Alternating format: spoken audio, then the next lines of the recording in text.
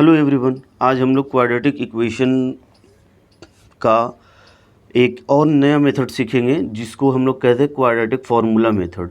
Already इससे पहले हम लोग दो मेथड पढ़ चुके हैं, जान चुके हैं, कंप्लीटिंग द स्क्वायर मेथड और फैक्टराइजेशन मेथड। उन दोनों मेथड से हम लोगों ने क्वाड्रेटिक इक्वेशन का रूट फाइंड आउट करना सीखा है। आज हम लोग जो सीखेंगे माय डियर वो है क्वाड्रेटिक फार्मूला मेथड। क्वाड्रेटिक फार्मूले मेथड से कैसे हम लोग रूट्स फाइंड आउट करें क्वाड्रेटिक इक्वेशन का, वो समझेंगे। तो आइए फर्स्ट ऑफ ऑल हम लोग समझते हैं स्टैंडर्ड फॉर्म। तो ऑलरेडी हम लोग जानते हैं standard form of quadratic equation ax² + bx + c = 0 होता है। अब इसके बाद जो सबसे पहला स्टेप होता है हमारा वो होता है डिस्क्रिमिनेंट फाइंड आउट करना, d। तो d बराबर फॉर्मूला होता है b² - 4ac। ये b हम लोग जानते हैं x का कोफिशिएंट, a जानते हैं x² का कोफिशिएंट और c हमारा कांस्टेंट टर्म होता है। जो डिस्क्रिमिनेंट होता है d होता है वो b² - 4ac। ये बेहद ज़रूरी फार्मूला है, इसको याद रखेंगे, ये बहुत काम आता है आगे। देखिए इसके बाद हम इसका रूट फाइंड आउट जब करते हैं तो रूट x = फार्मूला होता है -b ± √d/2a। ठीक है, ये फार्मूला है हमारा। कई बार बुक्स में जो होता है ना वो रूट x = -b ±√d की जगह पे b² - 4ac लिख देते हैं। तो आप कैलकुलेशन ऊपर भी पहले भी कर सकते हो और चाहो तो रूट के अंदर ही d का वैल्यू b² - 4ac रख कर, फॉर्मूला रख कर उसको सॉल्व करके फाइंड आउट कर सकते हो। ये आप पे डिपेंड करता है। यही डिस्क्रिमिनेंट और रूट निकालने का जो मेथड है यही क्वाड्रेटिक फार्मूला मेथड कहलाता है और श्रीधराचार्यास रूल कहलाता है। तो ये हो गया हमारा क्वाड्रेटिक फार्मूला। अब इससे रिलेटेड कुछ मैथ्स बनाएंगे और इससे पहले nature of the quadratic equation समझिए आप कि क्वाड्रेटिक इक्वेशन के रूट्स का नेचर क्या होता है। Nature of the roots of a quadratic equation, nature क्या होगा। कई बार रूट्स अलग अलग होता है। एक्चुअली होता ये है कि क्वाड्रेटिक इक्वेशन में दो रूट्स आते हैं। हमेशा क्वाड्रेटिक इक्वेशन को जब सॉल्व करते हैं तो जो x की वैल्यू आती है वो 2 आती है। तो उन दोनों का नेचर क्या रहता है, ये किस पे डिपेंड करता है, ये समझेंगे।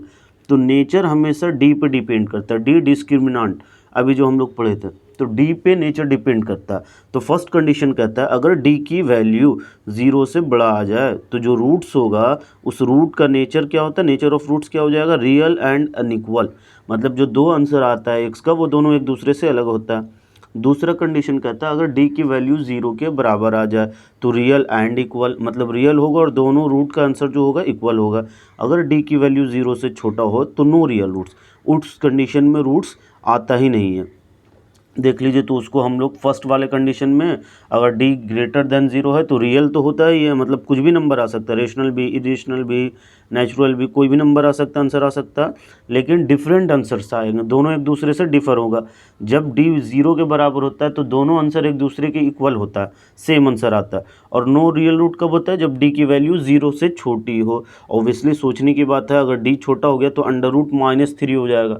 तो -3 रूट के अंदर माइनस जब हो जाता है तो उसकी वैल्यू नहीं होती है। आइए इसी से रिलेटेड कुछ क्वेश्चन सॉल्व कर लो।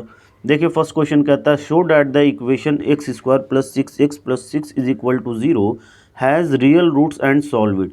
ये रियल रूट रखते हैं तो सॉल्व करना है इसको। तो आइए फर्स्ट ऑफ ऑल इसका रूट फाइंड आउट करने से पहले a b c समझ ले। a x² का कोफिशिएंट कुछ नहीं है, डैट मीन्स 1 है। b = x का कोफिशिएंट 6 और c जो क्या होता है हमारा कांस्टेंट टर्म, तो कांस्टेंट टर्म 6 है वो 6 लिख दिया। अब सबसे पहला काम क्या हमने देखा था, डिस्क्रिमिनेंट d फाइंड आउट करना। तो d = b² - 4ac। b की वैल्यू 6 है, बैठा दीजिए, 4 × a की वैल्यू 1, c की वैल्यू 6। कैलकुलेट कर लेंगे तो 36, 6 का स्क्वायर -4 6 = 24। इसको आप माइनस कर लेंगे तो क्या आ जाएगा 12। तो अब देखिए ये जो 12 आया है ये 0 से क्या है, बड़ा है। तो जब डिस्क्रिमिनेंट 0 से बड़ा आ जाए, 12 0 से बड़ा ही तो है, मतलब d > 0 फर्स्ट कंडीशन हो गया। तो उसमें क्या होता है, रियल एंड अनइक्वल, मतलब इसका जो रूट होगा वो रियल होगा। So equation has real root. अब जब इक्वेशन का रियल रूट है तो इसको सॉल्व करके इसका रूट हम लोग फाइंड आउट करेंगे। तो सॉल्व करने का फॉर्मूला ऑलरेडी मालूम है, क्या है, x = -b ± √d/2a। याद आ रहा है? तो इस चीज़ को समझ रहे हैं, पहले चेकआउट करना है। कई बार क्या होता है कि -12 भी आंसर आ सकता है, d की वैल्यू निगेटिव में भी आ सकता है, तो उस कंडीशन में लिख देंगे so equation has no real roots. अब जब रियल रूट ही नहीं है तो सॉल्व करने की ज़रूरत नहीं होती है, बट यहाँ हमारे क्वेश्चन में जो है वो रियल रूट है। तो x = अब ये फॉर्मूला लगा लेंगे -b ± √d/2a। अब इसको सॉल्व करेंगे हम लोग। तो देखिए बी की वैल्यू कितना दे रहा है 6, तो बी की जगह पे आप 6 बैठा लेंगे। डी की वैल्यू हम लोगों ने फाइंड आउट किया है 12, तो 12 बैठा लेंगे बाई 2। ए की वैल्यू 1 है, तो 2 इंटू 1 करने पे ऑब्वियसली 2 ही आएगा। तो इसको भी चाहे तो डायरेक्टली 2 इंटू 1 भी लिख सकते हो या 2 1 ज़ा 2 भी लिख सकते हो आप। अब इसको सिंपली देखो, इसमें एक और कंडीशन आ गया, -6 plus minus under root 12। Yes my dear, देखिए -6 प्लस माइनस अंडर रूट 12, इसका सेंस क्या है कि एक बार पॉजिटिव भी है, प्लस और माइनस दो साइन है।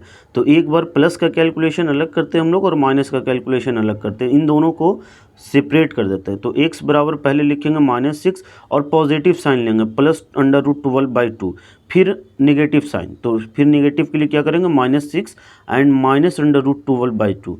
तो प्लस माइनस दो साइन है, तो एक बार पॉजिटिव को अलग कैलकुलेट करते हैं और फिर नेगेटिव को अलग कैलकुलेट करना पड़ता है। हमेशा इस बात को याद रखिएगा, दोनों को कभी भी कंबाइन नहीं करना, दोनों को अलग अलग सेपरेट कर देना, प्लस वाले को प्लस कर देना और माइनस वाले को माइनस का साइन लगा के अलग करना। तो देखिए अब इसको जब सॉल्व करेंगे तो जो रूट आएगा हमारा वो होगा -3 plus under root 3 and -3 plus root 3। ये हमारा रूट आ गया, आंसर आ गया। आप इसको चेक कर लेंगे सॉल्व करके, उन दोनों से कॉमन निकाल देंगे 2 और 2 कॉमन निकाल के उसको कट कर देंगे, तो फिर हमारा आंसर आ जाएगा। चलिए एक और क्वेश्चन हम लोग देखते हैं। अच्छा क्वेश्चन है, एग्जाम्स में बहुत आता है, बोर्ड एग्जाम में कई बार ये क्वेश्चन आ चुका है। देखिए क्वेश्चन देता है 1/x + 4 - 1/x - 7 is equal to 11/30। इस टाइप का क्वेश्चन दिया हुआ है कि 1/x + 4 और इसको माइनस करना है 1/x - 7 से, तो 11/30। अब find the value of x। तो सिंपली इसको फ्रैक्शन का सब्ट्रैक्शन करना है। तो देखिए x + 4 और x - 7 का आप एलसीएम लेंगे तो x + 4 इंटू x - 7 आएगा। अब x + 4 से x + 4 को डिवाइड डालेंगे, कट जाएगा, बचेगा x - 7। इसको 1 से मल्टीप्लाई करेंगे तो x - 7 लिखा जाएगा। माइनस, अब माइनस लिखिए, x + 7 से x - 7 कैंसिल होगा, x + 4 को 1 से मल्टीप्लाई करेंगे तो x + 4 ही आएगा, इज इक्वल टू 11/30। अब इसका ब्रैकेट हटाकर जब कैलकुलेट करेंगे तो +x - x कैंसिल हो जाएगा और -7 - 4 मिलकर -11 बन जाएगा। और नीचे दोनों ब्रैकेट तोड़कर मल्टीप्लाई कर लेंगे तो x² - 3x - 28 is equal to 11/30। अब जो है 11 से 11 आप काट लेंगे और क्रॉस मल्टीप्लाई कर देंगे, तो x² - 3x - 28 1 जा वही नंबर आएगा और 30 को -1 से मल्टीप्लाई करेंगे तो -30। -30 का साइड आप चेंज कर लें तो +30 इज इक्वल टू 0। अब +30 और -28 इन दोनों को घटाएंगे तो +2 आ जाएगा। तो यही आ गया इक्वेशन हमारा, x² - 3x + 2 बराबर 0। क्वाड्रेटिक इक्वेशन आ गया। अब आप इसको किसी भी मेथड से सॉल्व कर सकते हैं। चलिए हम लोग इजीली फैक्टराइजेशन मेथड यूज़ कर लेते हैं यहाँ पे। तो x² और -3x को तोड़ दिया हम लोगों ने -2x - x में, आगे से x कॉमन निकाल दिया तो x² का x बाहर हो गया, x अंदर बचा -2। इन दोनों से -1 कॉमन निकाल दिए तो x - 2 बचा। अब देखिए x - 2 दोनों जगह आ गया, तो x - 2 एक जगह लिख लेंगे और फिर x - 1 इज इक्वल टू 0। ये हो गया हमारा इक्वेशन। अब दोनों को अलग अलग 0 के बराबर कर देंगे, that means x - 2 is equal to 0 and x - 1 is also equal to 0। इन दोनों की वैल्यू को अलग अलग लिख लेंगे हम लोग। तो x बराबर क्या होगा, -1 का साइड चेंज कीजिएगा आप तो ये +1 आ जाएगा। तो x इज इक्वल टू 1 और यहाँ x इज इक्वल टू 2, तो x की वैल्यू आ गई 1 और 2। यही हो गया हमारा आंसर। उम्मीद है समझ में आया होगा। कुछ नहीं करना, बस ऊपर के स्टेप पे ध्यान रखना कि फ्रैक्शन का सब्ट्रैक्शन करना है, उसके बाद सिंपली आप इसको कैलकुलेट करते जाएंगे। दैट्स इट, यही हो गया हमारा आंसर। देख कर लगता है कि बहुत टफ क्वेश्चन है और हमसे बनेगा नहीं, बट ऐसी बात नहीं है डियर, आप उसको सॉल्व करेंगे वो इजीली सॉल्व होगा। बस फ्रैक्शन का सब्ट्रैक्शन का जो मेथड है, प्रोसेस है, उसको फॉलो करेंगे, इस टाइप के क्वेश्चंस इजीली बनते हैं, कोई प्रॉब्लम नहीं होगी।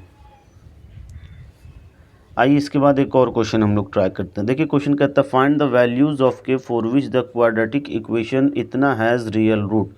Value of K find out करना है जिसमें क्वाड्रेटिक इक्वेशन का रूट्स जो है वो रियल और इक्वल भी है। यस माय डियर, तो इस क्वेश्चन में हम लोग को के की वैल्यू फाइंड आउट करना है। तो सबसे पहले के एक्स को मल्टीप्लाई कर लें आप x - 3 से, तो ये हो जाएगा kx² और के एक्स को -3 से मल्टीप्लाई करेंगे तो -3kx + 9 इज इक्वल टू 0। ये आ गया क्वाड्रेटिक इक्वेशन के फॉर्म में।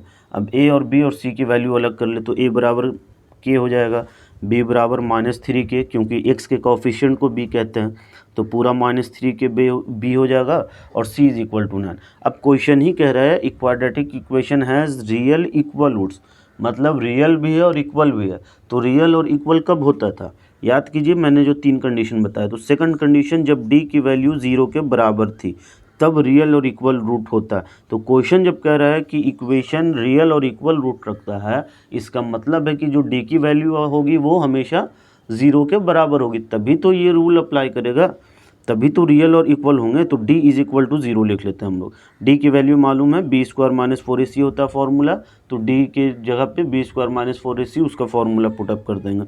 अब b की वैल्यू क्या है -3 के, उसका स्क्वायर करोगे तो 9k स्क्वायर आ जाएगा। -4a हमारा k है, रहने देंगे, c हमारा 9 है, तो 9 4 जा 36 के होता है, वो लिख लेंगे इज इक्वल टू 0। ये आ गया हमारा। अब इसके बाद आप क्या करेंगे, इन दोनों से 9k कॉमन ले लेंगे, तो 9k कॉमन लेने पे 9k स्क्वायर से सिर्फ k बचेगा और -9 4 जा 36 होता है, तो 9k into k - 4 is equal to 0। अब हम लोग दोनों को अलग अलग कर देंगे, 9k को 0 के बराबर कर देंगे और k - 4 को भी 0 के बराबर, तो k इज इक्वल टू 0 आ गया और फिर k इज इक्वल टू 4, क्योंकि 9 को 0 से डिवाइड डालने पे तो 0 ही आएगा। तो जो k की वैल्यू आई वो क्या आई, 0 और 4, दोनों आंसर आ गया हमारा। तो बस सॉल्यूशन हो गया। ये सोचना है जो इक्वेशन में दिया रहा है उसी के रिगार्डिंग काम करना है। उम्मीद है हमारे यार आपको समझ में आया होगा। If you